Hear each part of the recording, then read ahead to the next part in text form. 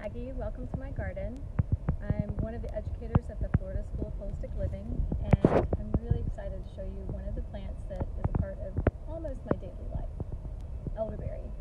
Sambucus nigra is the one that we used here in the eastern United States. There's another variety that folks more on the west side of our country use, Cerulean. So follow me this way.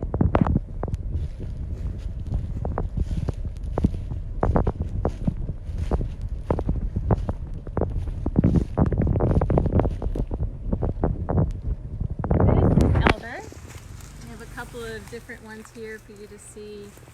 Although it looks a lot like a tree, it's designated as a shrub. And this shrub has this nice thick trunk that has been used historically for fence posts. And there are some known medicinal uses, but it's not something I use, so I'm not going to be talking about it today. Just wanted to show you this lovely trunk. My son's favorite thing is that the branches were historically used to whittle down to use for science experiment tools, which is fun. There are medicinal qualities that folks have used historically, but again, I won't be talking about it much today. Today we'll mostly be focusing on the flowers and the berries. So this is elder. Many of you have seen it this way. It looks more like a shrub whenever it's small. This plant is probably about 1.5 years old, maybe 2.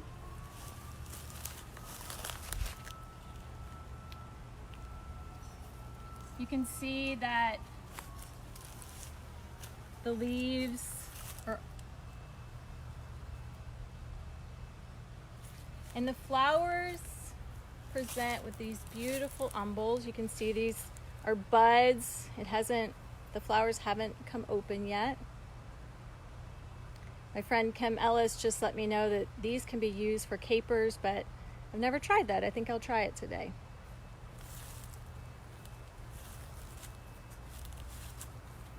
In Northern European traditions, you might hear that summer hasn't really started until the elderflowers have bloomed. Well, in Central Florida, we usually get the flowers around now, and then you'll get the berries closer to June. In most years.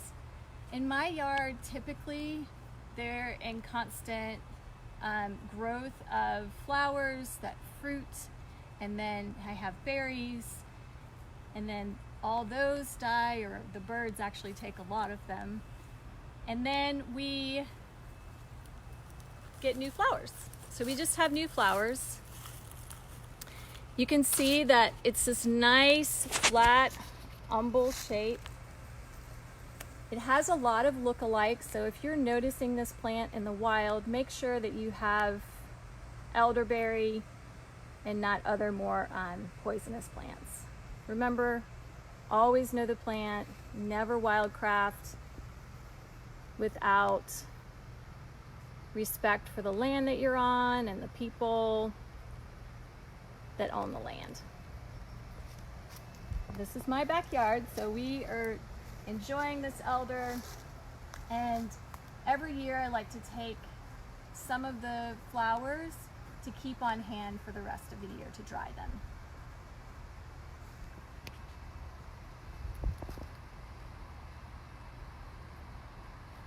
You can see more little umbels getting ready to flower.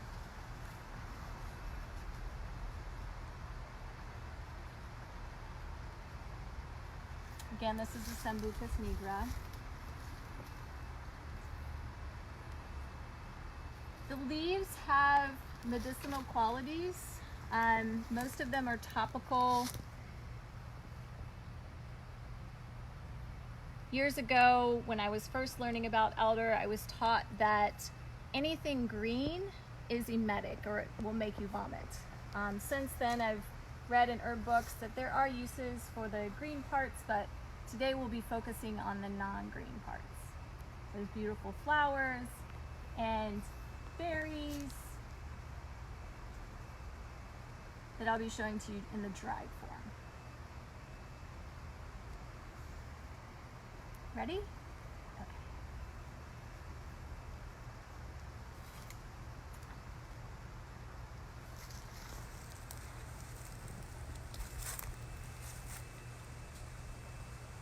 So to harvest the flowers, I take it just the umbel. Thank you. Thank you to my tree. And typically I would wait for it to be filled with those flowers, but I really wanted to give you a chance to see my method for getting those flowers off the umbel.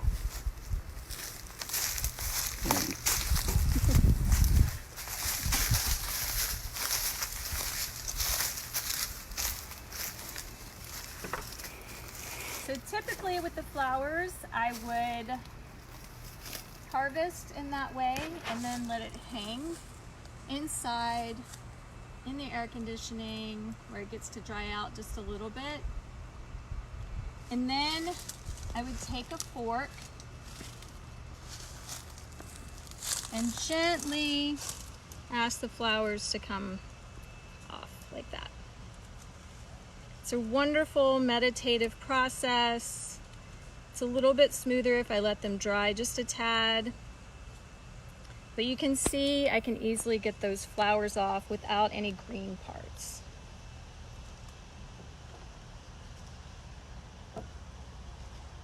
The flower is antiviral. It has been known to be used as a nervine. And a nervine simply means it has a interaction with the nervous system, and this one, specifically the flowers, can calm the nervous system.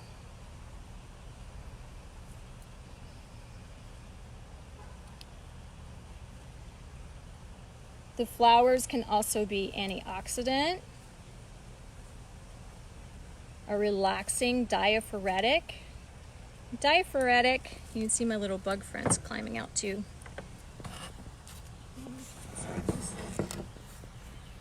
Diaphoretic means it helps you to sweat. And many of you know that if you are experiencing a fever, having a little bit of sweat can help to cool you down.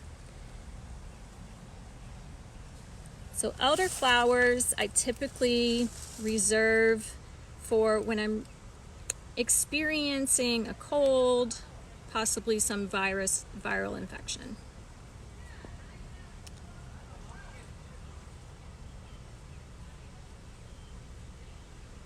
So many of you may have heard about the possible contraindications with elderberry or elderflowers with the current COVID-19 virus that is going around. And I just want to let you know that there just isn't enough information about how that virus reacts in the body for there to be any conclusive thoughts on using elderberry during an active infection. So I want to share with you elder because I feel like it's still a really nice antiviral preventative, but if you are experiencing COVID-19, the current recommendation is to stop with the first symptoms. But any other time in the year, other bugs going around, I find that elderflower can be really nice in tea or tincture to really help me feel better faster. So these are the elderflowers. So I would just continue that process, let them dry completely, let all the bug friends go on their merry way, and then I would put it in a sealed jar to use in the future.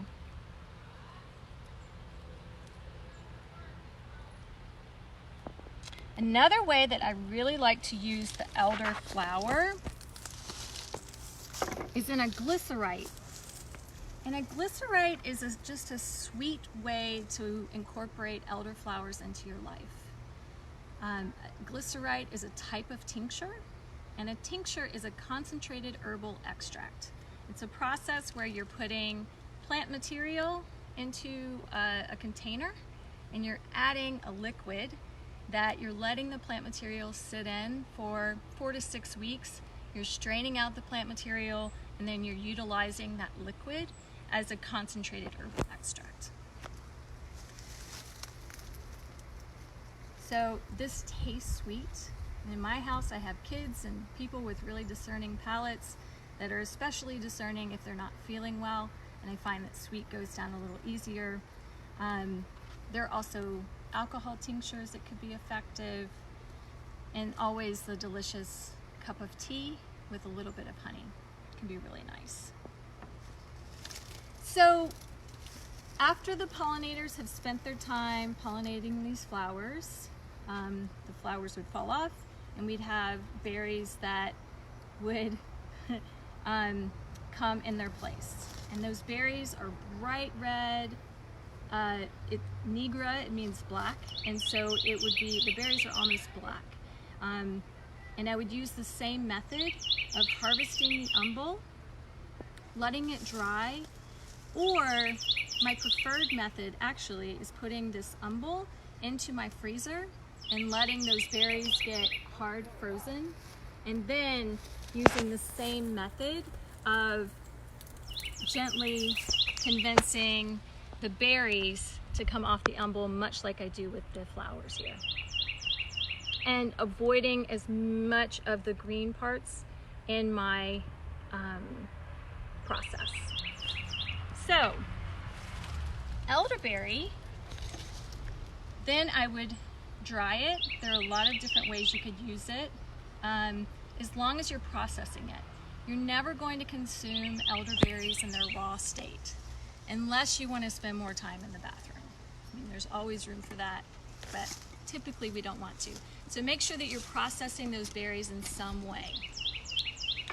Often I dry them, and you can really see the antioxidant qualities of these berries. A lot of the qualities of the berries are similar to the flower, but I find that the berry is like elderflower light in terms of the diaphoretic action, but elderberries are what you see in your elderberry syrup that you're picking up to stay well at your local apothecary or Whole Foods or places like that. This is the berry that they're using. The berry is wonderful in that syrup form. It can be great for teas. They're sweet. As long as you're processing, as long as you're processing, I think the pollinator wanted me.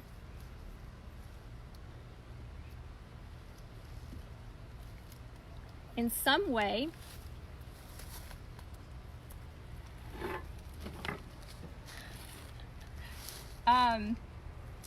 one way is elderberry vinegar. And elderberry vinegar can be a way for you to have elderberry in your life in a non-sweet way. Some of us are avoiding sweets right now. So I would just fill my jar halfway.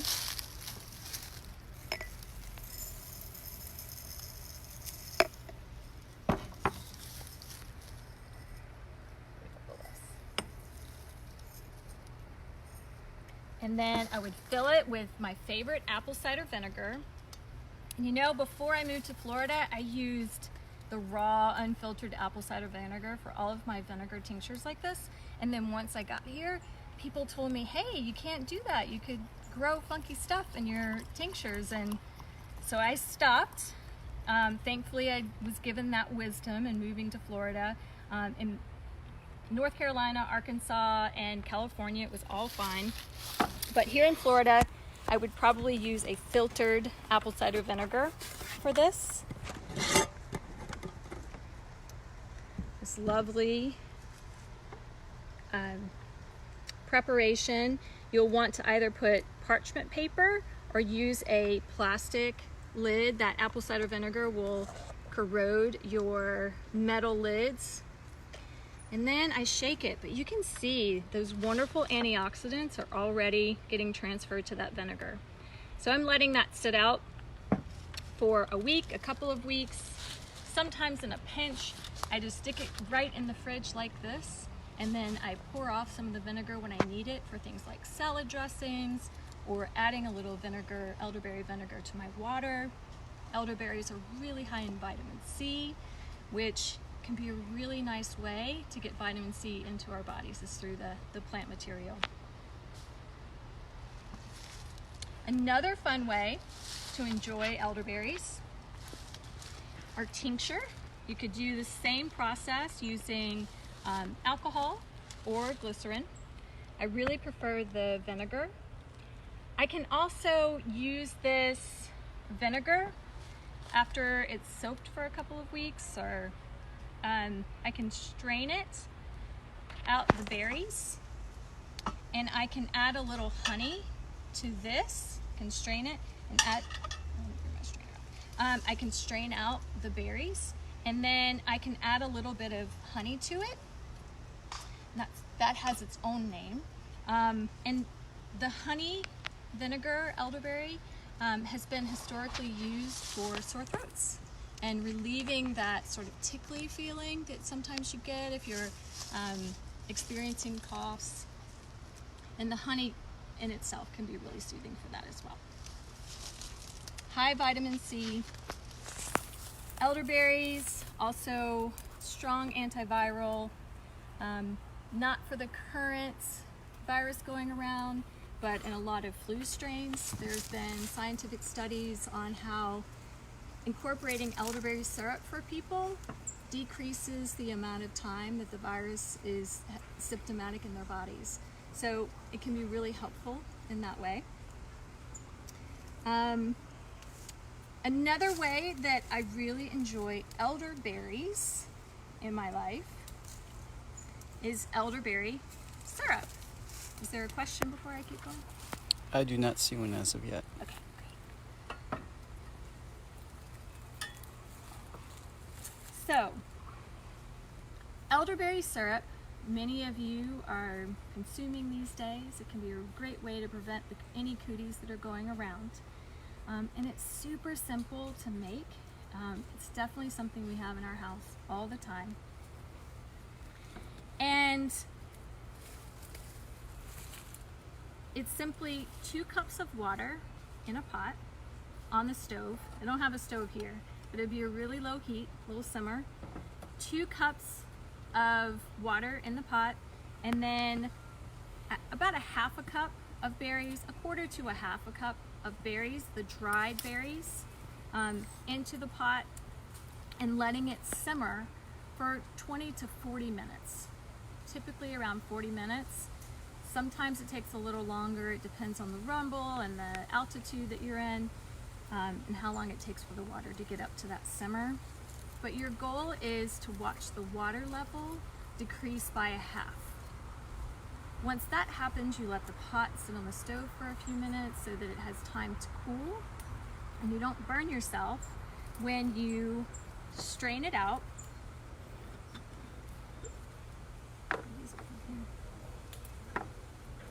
So you would strain out your elderberries from the liquid in the pot, and you would have this beautiful red, high in antioxidant, antiviral, anti-inflammatory, cooling and drying elderberry decoction, long decoction, that I would then add honey to. And in my house, if you've met my 9-year-old, you know sweet is the way to go. So we go half and half elderberry with honey. So the honey is bringing its own medicinal qualities. The bees work really hard for that, so use it mindfully.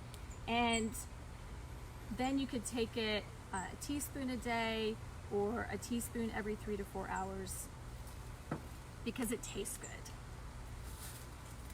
Again, I'm not intending to be a replacement for your medical provider, so if you're experiencing any symptoms, seek care from them first, but also enjoy the elderberry syrup if that's what you're into. Okay?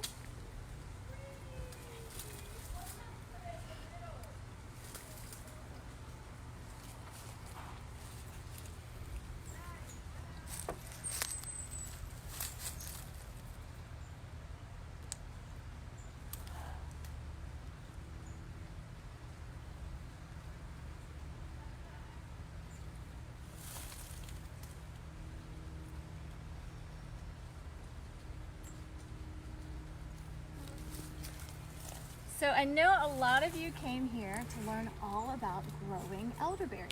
And elderberry is really easy to grow. It's especially in Central Florida.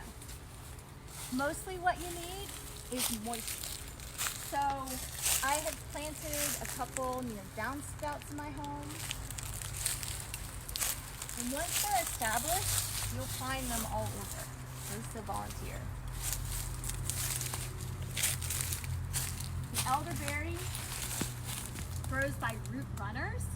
So this really well established 3 or 4 year old has all these roots running underground, and they're really thirsty plants, so they're going to be searching for the best place to have that moisture. And so I find them in other areas of my yard, like this wonderful sway area. We have dug a trench in our yard. Well, my son did it for fun. He dug a river in the yard. But the river has been really helpful in making sure the plants that would normally need to be watered during our more dry times are getting the moisture that they need. Because there's this downslope area, so anytime there's any moisture in the air, it's going to go to that downslope area. So it is possible to grow, it is possible to grow elder from seed. And if you get those local organic berries, you would just need to open them up a little bit so the seeds inside would have a place to be, and then you could plant them anywhere that has moisture. And elder is completely fine growing near marshland. It doesn't mind having wet feet, and it's also pretty happy in my backyard in a little higher areas of the yard.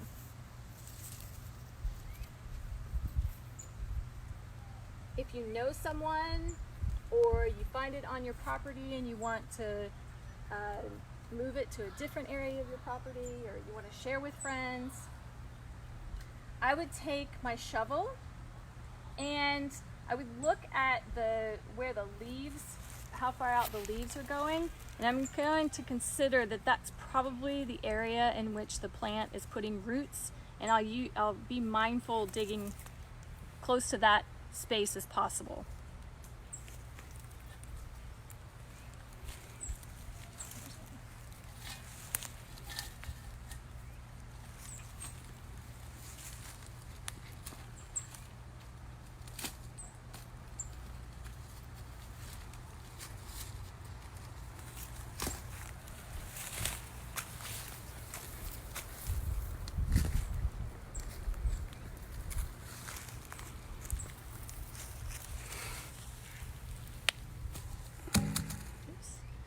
So you can see, I'll let go pretty quickly.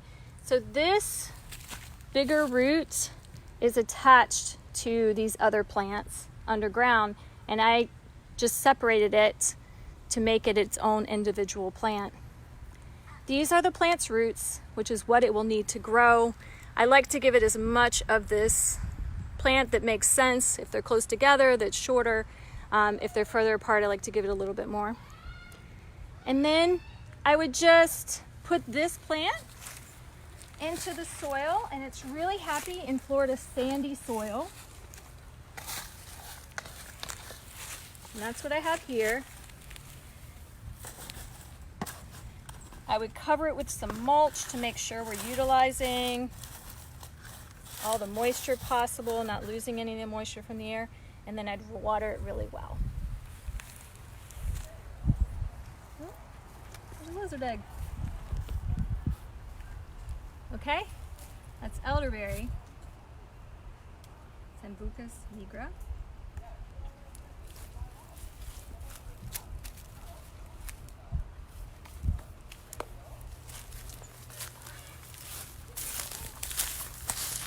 Again, it's happiest where there's moisture or a low area of the yard.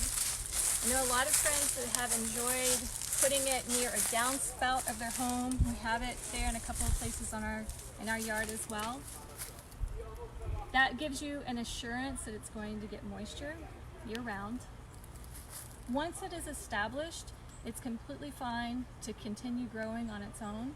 But if you're transplanting it, you want to make sure it stays moist until it has been established. Any questions? Yes. Can we add fresh ginger to the berry syrup while cooking the berries? Yes, you can add whatever makes you happy. So with the 2 cups and then a quarter to a half cup of berries, you just want to keep your plant material within that total. So part of that could be a little bit of ginger if you wanted to warm it up, because elderberries can be cooling. If you wanted to warm it up, you could add ginger. Another one that you may not have heard of is adding a little garlic. Garlic elderberry syrup is surprisingly tasty. So it can be added to, we can take it from the dropper bottle if you want, or even the garlic elderberry syrup, I will add a little bit to some sparkling water, like San Pellegrino or something like that, and call it a soda. Squeeze a little lime on it, call it a cocktail, but it's a lot better for my body. It won't be quite as drying. Another question. Another question?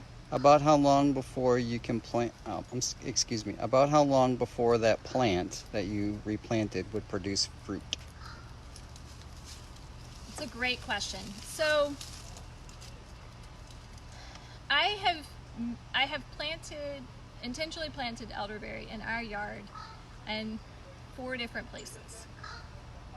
And each time it's taken a little bit different amount of time.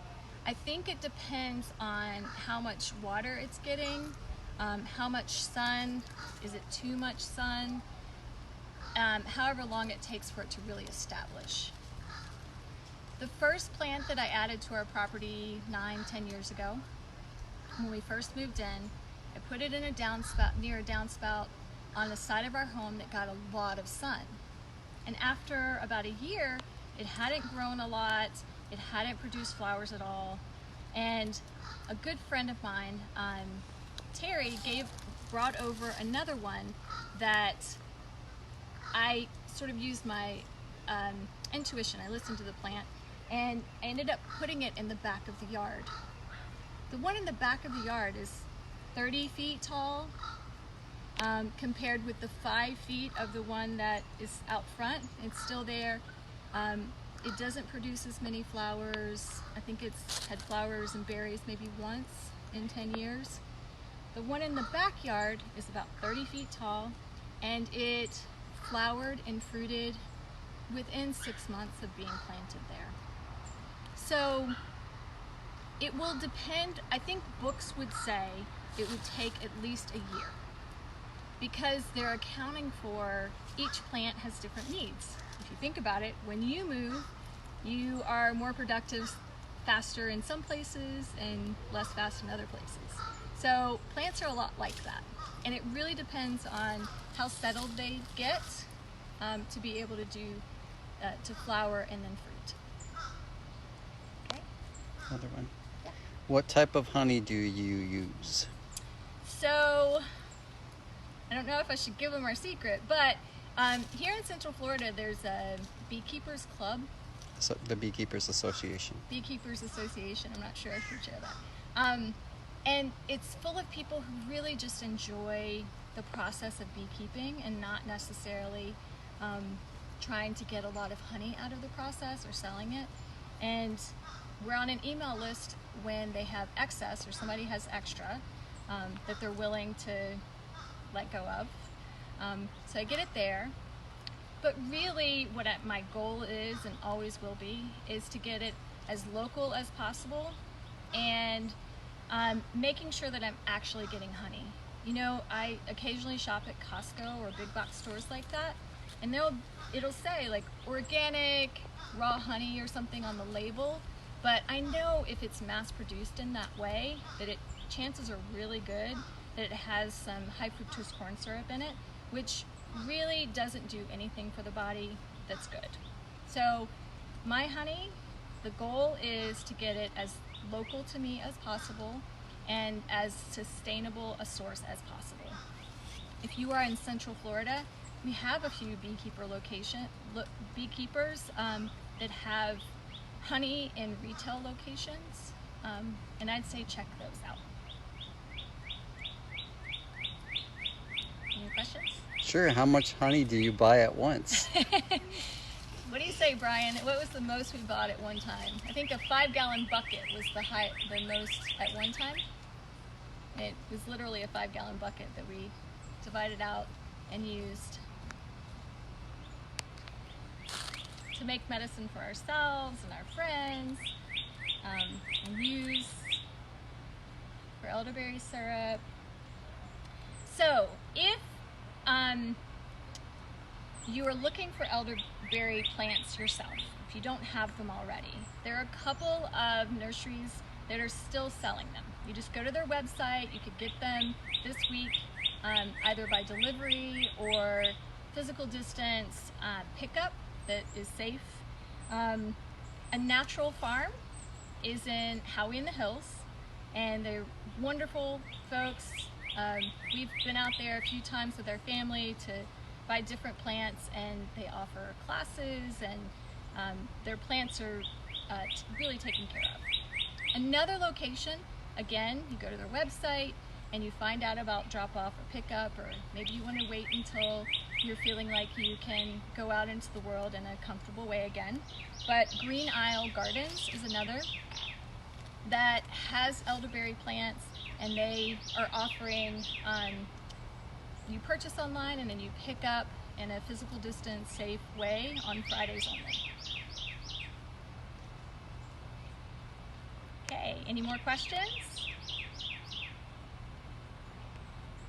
So enjoy elderberry in whatever form that you makes your heart happy.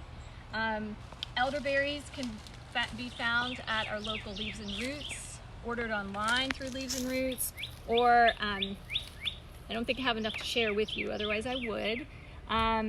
You can also find them on Mountain Rose Herbs or Red Moon Herbs, or a few sources in that way. Hope you enjoy that elderberry vinegar or elderflower tea.